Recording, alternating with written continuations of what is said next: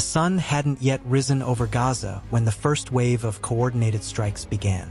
In less than an hour, 130 Israeli defense posts, ranging from surveillance towers to fortified bunkers, were systematically leveled. The operation, executed with precision by Hamas's elite Al-Qassam brigades, marked a dramatic escalation in a conflict that had already reshaped the region. Israeli forces, caught off guard, scrambled to respond. The IDF's Southern Command issued emergency alerts, but the damage was done. Satellite imagery confirmed the obliteration of key outposts along the border, some of which had stood for decades. What made this strike different wasn't just its scale, it was the timing. Just days before, ceasefire negotiations had stalled in Sharm el-Sheikh, with both sides accusing the other of sabotage. Hamas, under pressure from its dwindling resources and mounting civilian casualties, had chosen defiance over diplomacy. The message was clear. Resistance wasn't waning, it was intensifying. Israeli officials, stunned by the breach, convened an emergency cabinet meeting. Prime Minister Netanyahu called it a declaration of total war, vowing retaliation that would reshape Gaza's future. But inside Gaza, the mood was different. For many Palestinians, the destruction of Israeli posts was seen not as provocation, but as a desperate act of survival. The streets buzzed with rumors of a full-scale invasion, yet the resistance fighters moved with eerie calm. They had prepared for this moment. Underground tunnels were reinforced, weapons caches redistributed, and command centers relocated. The war had entered a new phase, one where Hamas wasn't just reacting, but dictating the tempo. And as dawn broke, the world watched, uncertain whether this was the beginning of the end or merely another chapter in a war that refused to die. The Israeli response was swift and unforgiving. Within hours, airstrikes pummeled Gaza City, targeting what the IDF claimed were Hamas command centers. But the reality on the ground told a different story. Residential blocks crumbled, hospitals overflowed, and families fled into the night with nowhere to go. The Israeli government insisted the strikes were surgical, aimed at dismantling Hamas's infrastructure. Yet footage from Al Jazeera and CNN showed children pulled from rubble, their faces caked in dust and blood. International condemnation mounted, but Israel remained resolute. "We will not allow terror to dictate our borders," said Defense Minister Yoav Gallant. Meanwhile, Hamas doubled down. Fighters emerged from tunnels, launching RPGs and drone strikes against advancing Israeli units.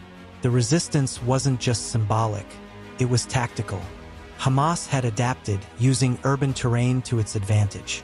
Snipers perched in shattered buildings, while mobile units struck and vanished before Israeli drones could lock on. The IDF, though technologically superior, struggled to maintain momentum. Every street became a battlefield, every alley a potential ambush.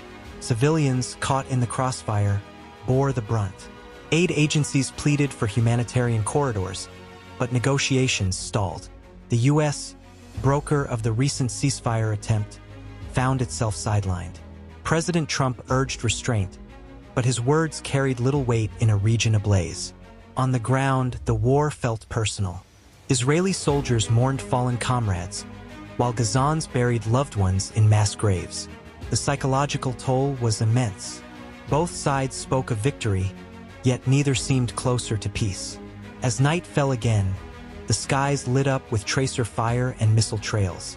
The war had become a cycle: strike, retaliate, mourn, repeat. And in that cycle, humanity was the casualty. Inside a dimly lit command bunker beneath Khan Yunis, Hamas leaders huddled around a flickering map. Khalil al-Hayya, the veteran negotiator turned wartime strategist, traced Israeli troop movements with a worn finger. "They're pushing toward Gaza City," he said, voice low but firm. Around him, commanders nodded. The resistance was holding for now, but supplies were dwindling. Ammunition was rationed, and food convoys were intercepted. Still, morale remained high. Fighters spoke of martyrdom, of legacy, of defending their homeland. Outside, the city was a shell of its former self. Schools were rubble, mosques scorched, and markets silent. Yet amid the destruction, life persisted. Children played in alleyways, their laughter defiant. Mothers cooked with what little they had. The spirit of Gaza, battered but unbroken, pulsed through every street. Meanwhile, Israeli forces faced their own reckoning. The invasion wasn't going as planned. Resistance was fiercer than anticipated, and international scrutiny intensified. Reports surfaced of IDF units refusing orders, citing moral objections. The Israeli public, once unified, began to fracture. Protests erupted in Tel Aviv, demanding accountability and a reassessment of strategy. Netanyahu, under pressure, doubled down. "We will finish what we started," he declared. But whispers of dissent grew louder. Back in Gaza, Hamas exploited the cracks. Propaganda videos showed captured Israeli gear, messages of defiance broadcast across encrypted channels. The psychological war was in full swing, and as both sides dug in, the prospect of resolution faded.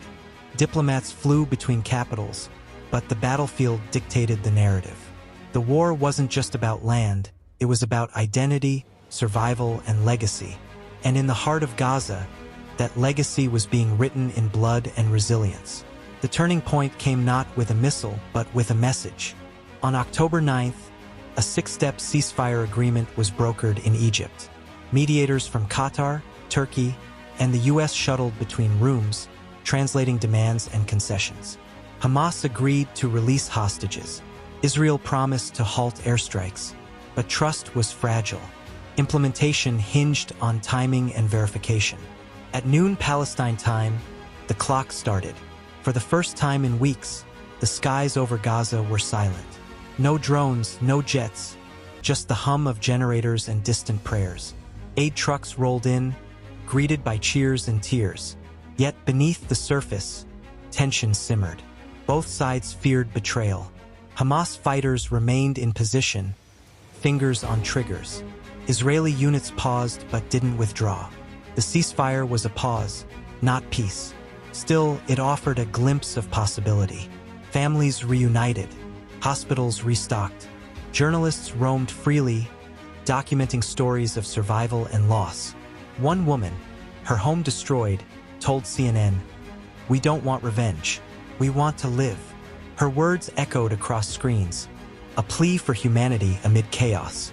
In Tel Aviv, candlelight vigils honored the dead. In Gaza, children drew pictures of peace. The world watched, hopeful yet wary. Could this fragile truce hold? Or was it merely a lull before the next storm? Analysts debated, politicians postured, but on the ground, people simply breathed. For a moment, the war paused, and in that pause, the possibility of something better flickered. Not certainty, not resolution, but hope. A fragile, flickering hope that maybe, just maybe, the cycle could be broken. But hope, like Gaza's skyline, was fragile. Within days, violations surfaced. Hamas accused Israel of covert drone surveillance. Israel claimed Hamas had resumed tunnel operations. The ceasefire teetered. Talks resumed, but trust eroded. On October 13th, a convoy was hit near Rafah. Both sides blamed each other. The truce collapsed. Fighting resumed, fiercer than before. Yet something had changed. The world, having glimpsed peace, demanded accountability. UN observers flooded the region.